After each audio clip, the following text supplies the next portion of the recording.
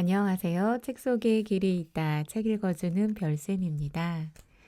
오늘도 정혜신 작가의 당신이 옳다로 돌아왔습니다. 여러분, 혹시 누군가의 이야기를 듣다 보면서 저 내 모습을 보는 듯한 상황이 있으시죠? 그래서 마음이 아프고 타인을 공감하기 전에 나를 먼저 공감해 줘야 된대요. 어떤 공감을 해 주어야 하는지 나에 대한 공감이 타인 공감보다 먼저라는 에피소드 읽어드리겠습니다. 아들은 무척 예민한 편이라 다른 사람에게 공감을 잘 받지 못하고 유난하다는 말을 자주 들었습니다. 사람들과 잘 섞이지 못하는 게 안타깝고 그러다 보면 친구도 사귀지 못할 것 같아서 저도 모르게 자꾸 너 자신을 남에게 좀 맞춰줘야 된다는 조언을 했습니다. 그래서 아들이 친구들하고 갈등을 겪을 때도 네가 맞추어야 그게 네가 편히 지내는 길이라고 아이를 몰았던 것 같습니다. 늘 그러지 말자고 다짐하지만 아이의 그런 모습이 저랑 많이 닮았습니다.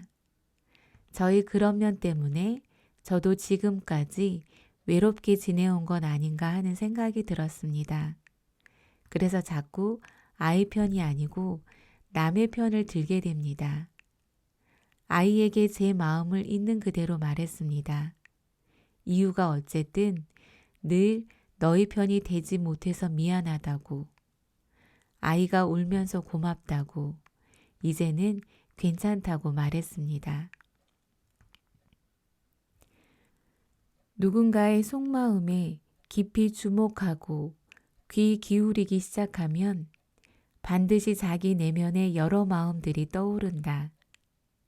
타인에게 귀 기울이는 사람에게 찾아오는 고통이자 축복이다.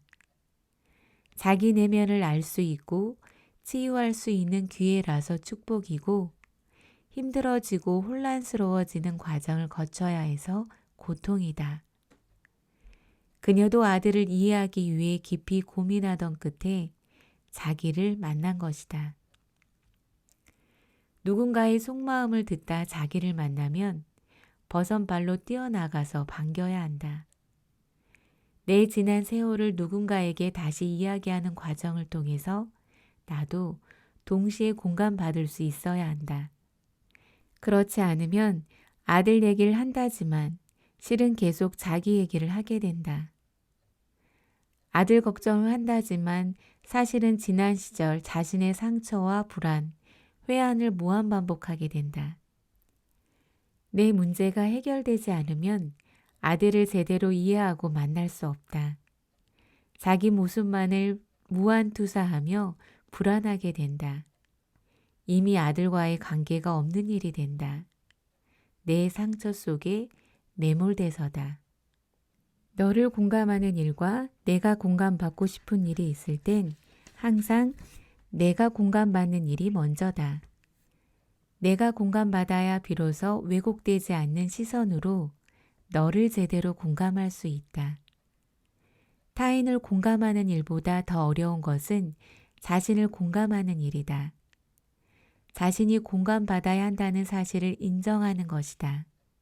타인에게 공감하는 일은 감정 노동이든 아니든 공감하는 신용이라도 할 수 있다. 하지만 자기를 공감하는 일은 신용할 수 없다. 남들은 몰라도 자신을 속일 방법은 없다. 누구든 타인을 공감하는 과정에서 자신의 문제가 자극돼 떠오르고 뒤섞이면 혼란에 빠진다.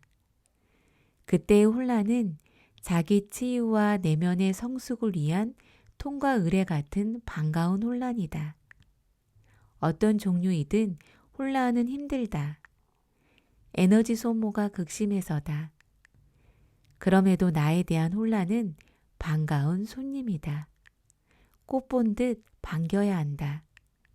그 혼란에 주목하고 집중해야 한다. 당신 안에 있는 빛나는 별을